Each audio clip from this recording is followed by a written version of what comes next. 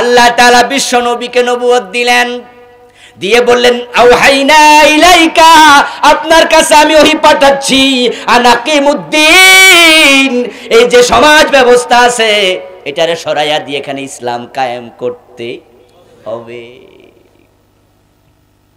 এবার আপনাদের থেকে আমি একটু জবাব চাই, এই কাজটা বিশ্ব নবী একাই করেছেন না সাথে আবু বকর আছে? কথা বলেন না। হযরত ওমর আছে না নাই? এই কাজের সহযোগী আলী আছে না নাই? এই কাজের সহযোগী উসমান আছে না নাই? এই কাজের সহযোগী মা খাদিজা আছে না নাই? মা আয়েশা আছে না নাই? যে থাকবে না সে রাসূলের উম্মতের ভিতরে ঢুকতে পারবে না।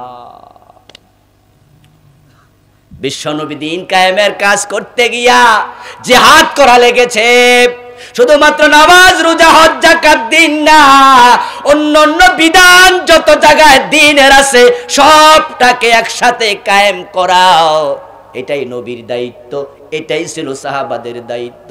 সেই দায়িত্ব পালন করতে গিয়ে নবী মুহাম্মদ সাল্লাল্লাহু আলাইহি ওয়াসাল্লাম যাবেন তাবুকে। পুরা রোম সাম্রাজ্যেও সবটা মিলে 3 লাখ সৈন্য সংগ্রহ করে মদিনা আক্রমণ করার সিদ্ধান্ত নিয়েছে। নবীর কানে খবর এসেছে 8ম হিজরির শেষ দিক, 9ম হিজরির শুরুতে প্রিয় নবী বলে দিলেন, ও আমার মদিনার সাহাবারা কান খুলে শোনো, ও আমার সাহাবারা, যুদ্ধ হবে রোমকদের বিরুদ্ধে। আমি নবীর অনুমতি না নিয়ে মদিনায় কেউ থাকতে পারবা না। 10,000 সাহাবী ছিল মক্কা বিজয়ের দিন, অনেক বড় সংখ্যা। কিন্তু রাসূলের এই ঘোষণার পরে সাহাবী জড়ো হয়ে গেল মুজাহিদ বাহিনীতে 40,000। সুবহানাল্লাহ বলবেন না ভাইরা? কত হাজার? এর চেয়ে বেশি সংখ্যক কোন যুদ্ধে একত্রিত হয়নি। মদিনার ভিতরে বাহিরে যে যেখানে ছিল সাহাবা সবাই জড়ো হলো। প্রিয় নবী মুহাম্মদুর রাসূলুল্লাহ সাল্লাল্লাহু আলাইহি ওয়াসাল্লাম সাহাবাদেরকে সাথে নিয়ে চলে গেলেন তাবুকে। ওখানে পৌঁছার পরে রাসূল খবর নিচ্ছেন, কিরে ও আলী, ও আবু বকর, ও ওমর, আমার কাব কই? সুবহানাল্লাহ পড়। রাসূল খবর নেয়, আমার কাব বিন মালিক কোথায়? আমি যে কাবকে দেখতে পাচ্ছি না। সাহাবায়ে কেরামের সাথে রাসূলের সম্পর্কটা কত বেশি, এত হাজার সাহাবীর মাঝে কাব কই? রাসূল খোঁজ নিচ্ছে। এর মানে রাসূল সাহাবাদের নাম জানতেন অনেকের, তাদেরকে সন্তানের মতো স্মরণ রাখতেন। আমার বন্ধু বলা হচ্ছে, রাসূলুল্লাহ কাব তো আসে নাই। দু একজন একটু কটু মন্তব্য করছিল যে কাব তো মুনাফিক হয়ে গেছে। আল্লাহর হাবিব বলে, চুপ, মন্তব্য করো না। রাসূল সাল্লাল্লাহু আলাইহি ওয়াসাল্লাম মদিনায় ফিরে গেলেন। যুদ্ধ হয়নি, বিনা যুদ্ধে আল্লাহ বিজয় দিয়েছে। সুবহানাল্লাহ পড়েন। রোমক বাহিনী শুনেছে 40,000 সাহাবী, তাদের গোয়েন্দা আছে, গোয়েন্দা কাজে লাগাইছে। যাও যাও যাও, মুহাম্মাদের সাথে লোক কত এসেছে খবর নাও। ঠিক এর আগের বছর 7ম হিজরিতে মুতা একটা যুদ্ধ হয়েছিল। ওই মুতার যুদ্ধটাও রোমকদের বিরুদ্ধে হয়েছিল।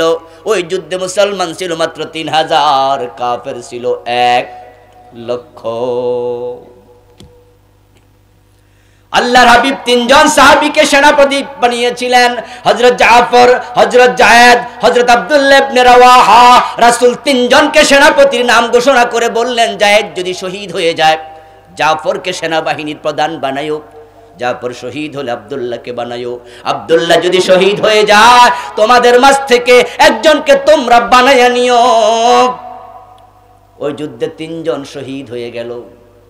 হযরত খালিদ বিন ওয়ালিদ রাদিয়াল্লাহু তাআলা আনহুকে সেনাবাহিনীর প্রধান বানায়া উনার নেতৃত্বে মুতা বিজয় হলো। 1 লক্ষ কাফের রোমক বাহিনী পরাজিত হলো। তারা পরের বছর গোয়েন্দার মাধ্যমে জানলো গতবার আইছে 3,000, এবার আইছে কত? রাসূল সাল্লাল্লাহু আলাইহি ওয়াসাল্লাম বড় কৌশলী যোদ্ধা ছিলেন, বড় কৌশলী। তিনি সাহাবাদেরকে রাতের বেলায় বললেন, প্রতি 10 জনের জন্য একটা করে চুলা জ্বালাইও, প্রতি 10 জনের জন্য রুটি পাকানোর জন্য একটা চুলা জ্বালাইও। যদিও একটা চুলাতে 20, 30, 50 জনের রুটিও পাকানো যাবে, কিন্তু না, 10-এর বেশি না। এখন 10 জন একটা চুলা জ্বালায়, পুরা এলাকা 40,000-এর জন্য চুলা লাগলো কত? 4,000। কত? 4,000 চুলা একসাথে আগুন জ্বলছে, পুরা মরুভূমি লাল হয়ে গেছে। কাফের গোয়েন্দারা এসে দেখা মাথা গেছে ঘুইরা। সকাল পর্যন্ত অপেক্ষা করেছে, দূর থেকে তারা দেখতেছে পুরা এলাকা আগুন জ্বলছে, হাজার হাজার মানুষ। সকাল বেলায় তাহাজ্জুদের সময় সাহাবারা উঠছে, যে যার মতো ওযু করেছে। ওযু করার পরে মেসওয়াক, ওযু করার সময় মেসওয়াক করছে, মেসওয়াক দেখে কাফেররা গোয়েন্দারা একজন আরেকজন রে জিগায়, এটা আবার কি জিনিস? সবাই যে দেখি দাঁতে শান দিতাছে, দাঁত ধারাইতাছে, লক্ষণ কি বুঝে তো আসছে না। ইতিহাসে পাওয়া যায় তারা গিয়ে রিপোর্ট করেছে রোমক সম্রাটের কাছে। লোক এসেছে কত, হিসাব করা বড় মুশকিল, তবে লোক আসছে বেশি এটা বুঝছি, কিন্তু এটা তো বুঝি নেই। সবাই রে দেখতেছি সকালবেলা শুধু দাঁত দাঁড়াচ্ছে। রোমক সম্রাট বলে, লক্ষণ মোটেও ভালো না, মনে তলোয়ার দিয়া কাইটা পরে দাঁত দিয়া চাবাইবু, লক্ষণ ভালো না। সিদ্ধান্ত ঘোষণা করলেন, যুদ্ধের দরকার নাই, পালা পালা ভিক্ষার দরকার নাই। ঠিক নেই? উদাহরণ শব্দ একটা আছে, কইলাম না। সাইরা দেমা কেঁদে বাছি 3 লাখ সৈন্য নিয়ে পালায়া গেল। আল্লাহর হাবিব মদিনায় ফিরে আসলেন। মদিনায় ফিরে আসার পরে কিছু লোক মুনাফিক, যারা যুদ্ধের মাঠে যায় নাই, ওরা লাইন ধরছে। তারা মনে মনে ভাবছিল রোমকদের সাথে যুদ্ধ, একটাও ফিরবে না, অযথা যাইয়া মরা দরকার নাই। কিন্তু দেখে একজনও মরে নাই, বিজয়ী হয়ে ফিরে আসছে। এখন রাসূল সাল্লাল্লাহু আলাইহি ওয়াসাল্লামের কাছে গিয়া বলছে, হুজুর আমার তো মাথা ব্যথা ছিল, কেমনে যাই? আরেকটা আমার হাঁটু ব্যথা, আরেকটা আমার বউ অসুস্থ। আল্লাহ তাআলা ফেরার পথে বিশ্ব নবীর কাছে সূরাতুত তাওবার কিছু আয়াত নাজিল করে দিয়েছে, যেখানে আল্লাহ তাআলা বলছেন, ইয়াতাযিরুনা ইলাইক, 11 পারার প্রথম শব্দ, তারা আপনার কাছে ওজর পেশ করবে, যেগুলো আইসা ওজর দেবে বুঝবেন তারাই মুনাফিক। এখন রাসূল সাল্লাল্লাহু আলাইহি ওয়াসাল্লামের কাছে এসে এসে যেগুলো ওজর দেয়, রাসূলকে আমি বুঝছি, ওকে তুমি সরো। 3 জন ব্যক্তি রাসূলের কাছে আসলেন, হযরত কাব বিন মালিক, হিলাল ইবনে উমাইয়া, মুরারা বিন রবি রাদিয়াল্লাহু তাআলা আনহুম। উনারা এসে বললেন, ইয়া রাসূলুল্লাহ, কোনো ওজর নাই, ভুল হয়ে গেছে, মাফ করে দেন। রাসূল বুঝছে মুনাফিকের তালিকায় 3 জন নাই। ওজর পেশ করলে উপায় ছিল না, উপায় ছিল না। কি ভুল করেছে বলো? ইয়া রাসূলুল্লাহ, খেজুর পেকেছিল গাছে, আমাদের সাথে ঘোড়া ছিল, ভেবেছি আপনারা যেতে তো কয়েকদিন সময় লেগে যাবে, এর মাঝে পাকা খেজুরগুলো গাছ থেকে পেড়ে ঘরে রাখবো। এই খেজুরগুলোই তো পরবর্তী 6 মাসের খাবারের যোগান দেবে। 2 দিন পরে গেলে অসুবিধা কি? 3 দিন পরে গেলে অসুবিধা কি? সাথে তো ঘোড়া আছে, দৌড়াইয়া যায় আপনাদের সাথে মিলিত হব। কিন্তু শয়তান আমাদেরকে পিছনে হটাইয়া দিছে, যাব যাব বলে আর যাওয়াই হলো না। রাসূলুল্লাহ সাল্লাল্লাহু আলাইহি ওয়াসাল্লাম বললেন, তোমাদের ব্যাপার আল্লাহর সিদ্ধান্তের অপেক্ষা করো, এখন তোমরা বাড়ি চলে যাও। ওই 3 জন সাহাবী বাড়ি চলে গেল। আল্লাহর হাবিব অন্য মুসলমানদেরকে বলে দিলেন, এখন থেকে তাদের সাথে কথা বলা বন্ধ, তারা সালাম দিলে জবাব দেয়া যাবে না। আপনাদের কাছ থেকে জবাব চাই, তারা কয়টা যুদ্ধে যায় নাই? মাশাআল্লাহ বলুন আবার কয়টা? এর মাঝে হযরত হেলাল ইবনে উমাইয়া রাদিয়াল্লাহু তাআলা আনহু তিনি বদরি সাহাবী ছিলেন। বদরি বদরে 313 জনের মাঝে হযরত হেলাল একজন। যে বদরি সাহাবাদের ব্যাপারে আল্লাহ তাআলা বলছেন, বিশ্বনবী বলেন, আল্লাহ বলেন, কদ গফারাল্লাহু লাকুম আমালু মা শিতুম, কদ গফারাল্লাহু লাকুম। আমি নবী মুহাম্মদ মেসেজ দিচ্ছি, ও বদরি সাহাবারা, মনে যা চা তাই করো, আল্লাহ তোমাদের ক্ষমা করে দিয়েছে। ওই বদরীদের মাঝে হেলাল ইবনে উমাইয়া একজন। আরো কত জিহাদে গিয়েছে, কিন্তু আজকে একটা জিহাদে যায় নাই। ঈমান মুলতবি, ঈমান মুলতবি। হযরত কাব বিন মালিক রাদিয়াল্লাহু তাআলা আনহু বলেন, আমি যখন রাসূলকে সালাম দিতাম, রাসূল চেহারা ফিরাইয়া নিতেন, জবাব দিতেন না। তখন মনে হতো আমার কলিজাটা বুঝি ফেটেই যাবে। আমি যখন নামাজে দাঁড়াতাম, আল্লাহ রাসূল তখন আমার দিকে আর চোখে তাকাতো, সালাম ফিরাইলে দেখতাম রাসূল আমার দিকে আর তাকাই না। কিছুদিন যাওয়ার পরে আল্লাহর হাবিব সাল্লাল্লাহু আলাইহি ওয়াসাল্লাম তাদের 3 জন স্ত্রীকে খবর দিলেন। খবর দিয়ে বললেন, ও হেলালের স্ত্রী, কাবের স্ত্রী, মুরারার স্ত্রী, আল্লাহর অর্ডার, স্বামীর সাথে আর এক বিছানায় ঘুমানো যাবে না। সালাম দিলে সালাম নেয় না, অর্ডার দিলেন কথা বলা যাবে না। স্ত্রীদেরকে বললেন এক বিছানায় ঘুমানো যাবে না, আলাদা হয়ে যাও। হযরত হেলাল স্ত্রী বললেন, ইয়া রাসূলুল্লাহ, আমার স্বামী তো বড় বুড়ো মানুষ, ওজুর পানিটাও নিজে এগিয়ে দেই আমি, সে তো নিজে ওযু করার জন্য পানিও নিতে পারে না, মাঝে মাঝে তো অসুস্থ হয়ে যায়। এখন আমি কি করতে পারি, অনুমতি দেন, আমি কমপক্ষে একটু খেদমত করি। প্রিয় নবী জবাব দেন, ও হেলালের স্ত্রী, শুধু খেদমত করিও, কিন্তু বিছানায় যাওয়া যাবে না, আল্লাহ মানা করছে। ইকামতে দ্বীনের কাজে ফাঁকিবাজি চলে না। মাত্র একটি যুদ্ধে যায় না, 1 মাসের বেশি ঈমান ছিল মুলতবি। তারা তাওবা করেছে, কান্নাকাটি করেছে, কানতে কানতে হযরত কাব বিন মালিক বলেন, আমার চোখের পানি শুকিয়ে গেছে, এখন কানলে আর পানিও আসে না। 1 মাস পরে, কোন কোন riwayate পাওয়া যায় 40 দিন পরে আল্লাহ তাআলা সূরাতুত তাওবার কিছু আয়াত নাজিল করলেন। এজন্য সূরার নামই হয়ে গেছে সূরাতুত তাওবা। তাদের তাওবা কবুল হলো। এই ঘটনা বলার পিছনে আমার উদ্দেশ্য, যে দিন কায়েম করতে আল্লাহ নবীকে বলেছেন, ওই দিন নবী একা কায়েম করেন নাই, সাথে সাহাবারাও ছিল। একদিন ফাঁকি দিছে, ঈমান হয়ে গেছে মুলতবি। আর আমরা রাসূলের উত্তরসূরি, নবীর উম্মত দাবি করি, দিন কায়েমের ব্যাপারে কোনো খবরই নেই।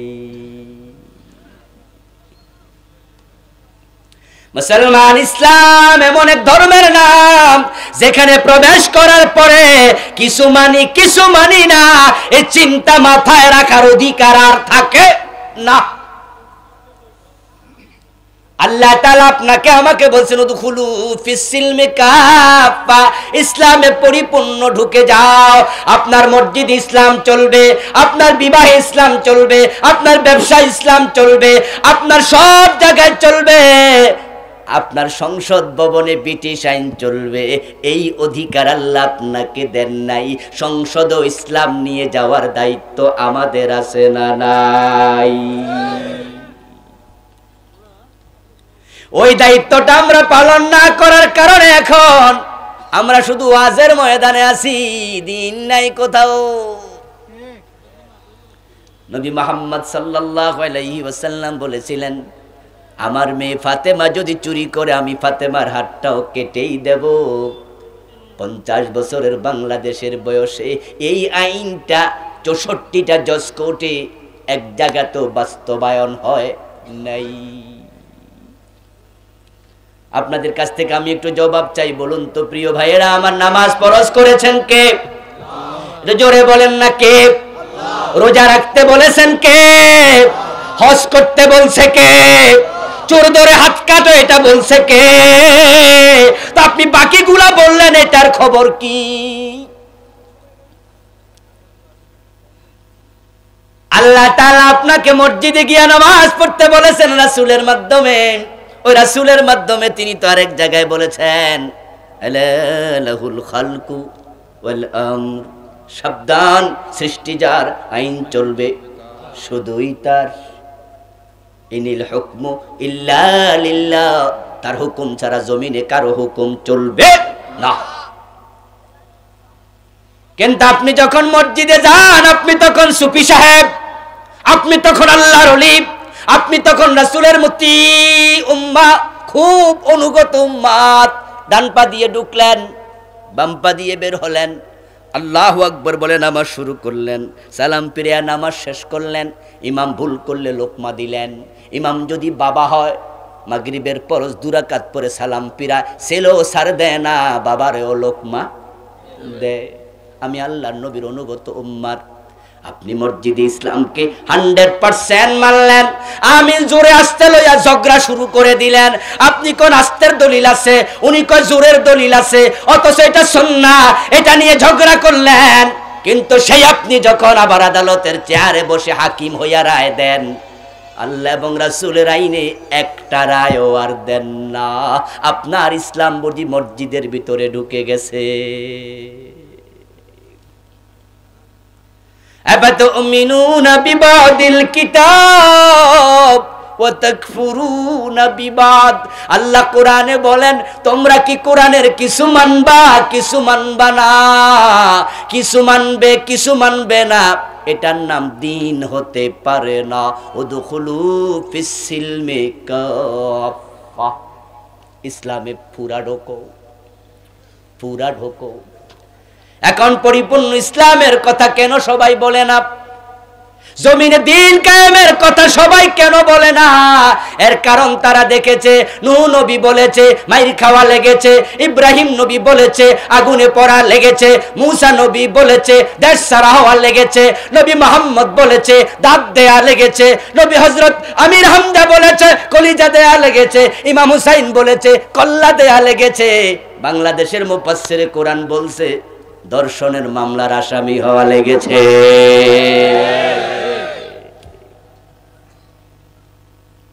ওনারা হিসাব করে দেখে এই কথা বললে মামলা খাওয়া লাগবে, জেলে যাওয়া লাগবে, তাই এত ঝামেলায় আমি নাই। ইসলাম মানে ততক্ষণ, সুবিধা আছে যতক্ষণ, বিপদ আছে যেখানে, ওনারা নাই আর সেখানে। কান খুলে শোনো ভাই আমার, সুবিধাবাদ জিন্দাবাদে মুমেন হওয়া যায় না।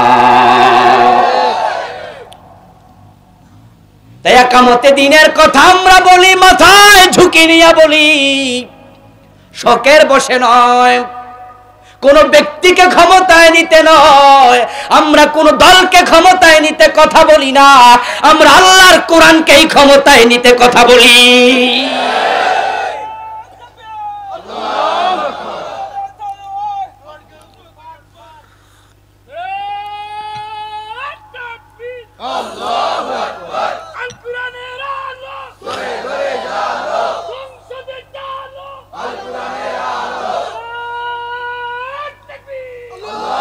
আমার ভাইয়েরা, আমরা সবাই নামাজের পক্ষের লোক, ঠিক কি না?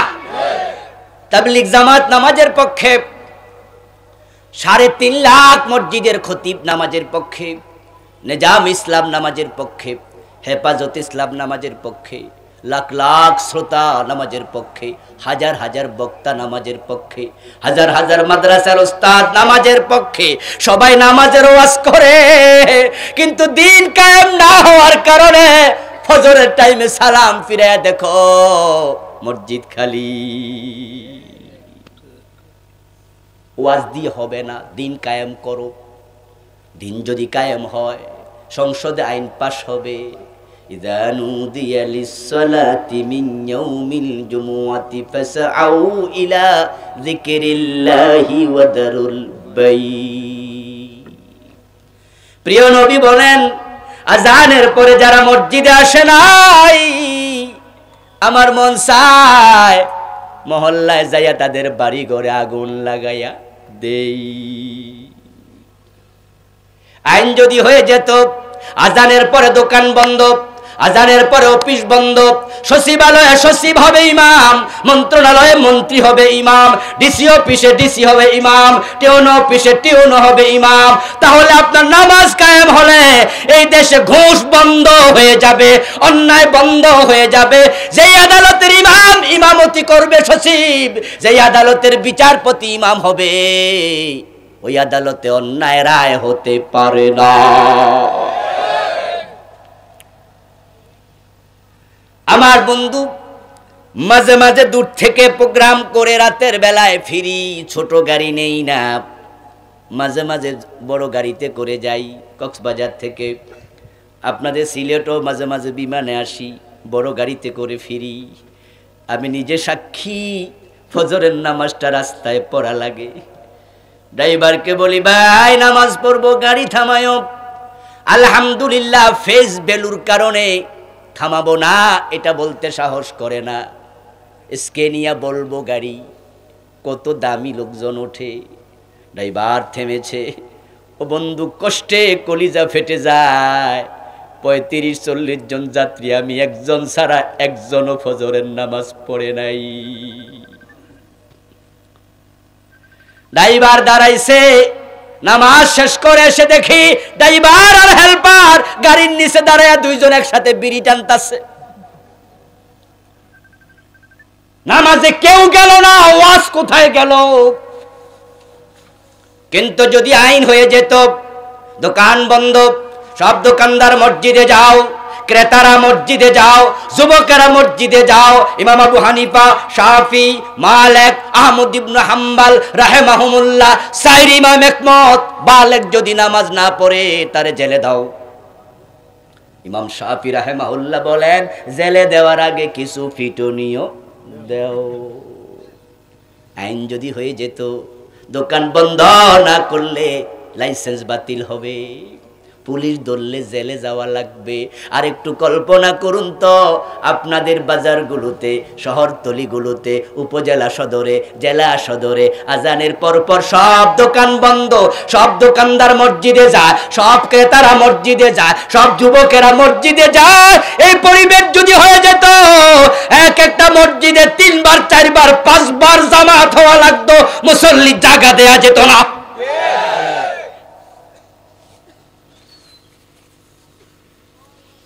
আমরা যারা আছি আলহামদুলিল্লাহ, নামাজওয়ালা, টুপিদারিওয়ালা, আলেম ওলামা, ইসলামের পক্ষের লোক, আমরা সবাই সুদের বিপক্ষে, আমরা সবাই বেপরদার বিপক্ষে। ওয়াজ আমরা করেছি সুদের বিরুদ্ধে। আমাদের সে বড় বড় আলেমেরা সুদের বিপক্ষে ওয়াজ করতে করতে মরে গেছে। বলুন তো, সুদ কি মারা গেছে না জোয়ান হইছে? তো ওয়াজ কই গেল, কোন কাজে লাগলো? বরং এই জাতি সুদের সাথে এমন ভাবে আষ্টে পৃষ্ঠে বেঁধে যাচ্ছে, অক্টোপাসের মতো পেঁচিয়ে যাচ্ছে। কেউ সুদ খায়, কেউ সুদ দেয়, কেউ সুদ লিখে, কেউ সাক্ষী থাকে। সুদের যে খায় না, লিখে না, সাক্ষী হয় না, সুদের দুলাবালি হইল তার গায়ে লাগে। অথচ সুদের গুনার মাঝে সবচেয়ে ছোটটা হলো নিজের মায়ের ইজ্জত নষ্ট করা। ও খতিবেরাম, ও বক্তারা, ও মুসলমান, তোমাদের বলছি প্রিয় ভাইরা, সুদের বিরুদ্ধে ওয়াজ তো করলা, সুদ তো কমলো না। কিন্তু যদি দিনের বিজয় করে দেয়া যায়, আল্লাহর কোরআনটাকে সংসদে ঢুকাইয়া দেয়া যায়, 151 জন এমপি সুদের বিপক্ষে একবার যদি হা বলে, একদিনে সুদ বন্ধ হয়ে যাবে। আনাকিমুদ্দিন, দিন কায়েম করো, দিন কায়েম করো। বিশ্বনবী মক্কায় 13 বছর চেষ্টা করলেন। আবু জাহেল, আবু লাহাবের গোষ্ঠীরাম প্রিয় নবীকে কোরআন নিয়ে মক্কার সংসদ দারুন নাদওয়ায় ঢুকতে কথা বলেন না, দিছে? দেয় নাই। এবার রাসূল হিজরত করে মদিনায় যাচ্ছেন, যাওয়ার পথে বলেন, ওয়াজআললি মিন লাদুনকা সুলতানান নাসীরা, ও আমার আল্লাহ রাষ্ট্র ক্ষমতা দিও, সাহায্যকারী রাষ্ট্র ক্ষমতা দাও। এটা সারা সমাজে আইন বানানো যাবে না। ওয়াজ আমরা করেছি সিনেমার বিপক্ষে, বেপরদার বিপক্ষে। আপনাদের কাছ থেকে আমি জবাব চাই, বাংলাদেশে সিনেমা কমেছে না বেড়েছে? ওয়াজটি কই গেল? আপনি যে মনে করতেছেন আপনি ওয়াজ করলে দায়িত্ব শেষ।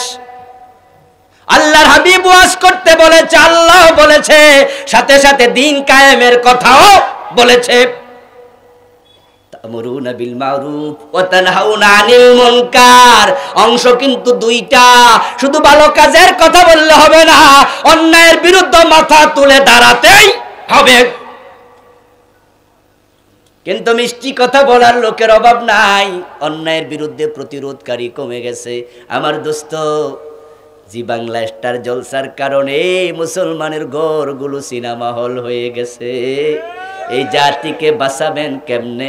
বাঁচাতে হলে দ্বীনের বিজয় দরকার আছে না নাই? এই কোরআন যখন সংসদে ঢুকে যাবে, কোরআন সংবিধান হবে, তখনই কোরআনের আইন সমাজে চলবে। এটার নামই হলো দ্বীনের বিজয়।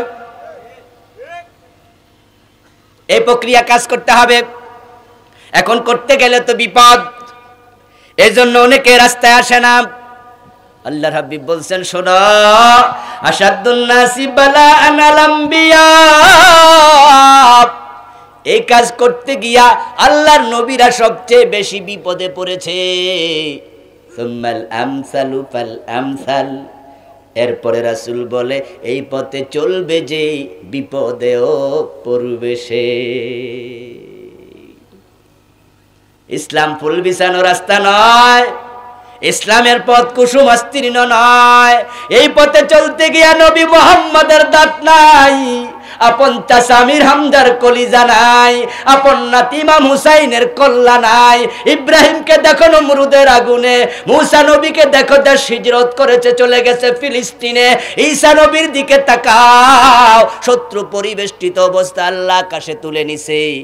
আর তুমি খানকায় বড় আরামে আছো, বিপদ নাই, মুসিবত নাই, ঘাড় মোটা হয়, পেট মোটা হয়। বুঝতে হবে তোমার রাস্তা নবীদের রাস্তা না।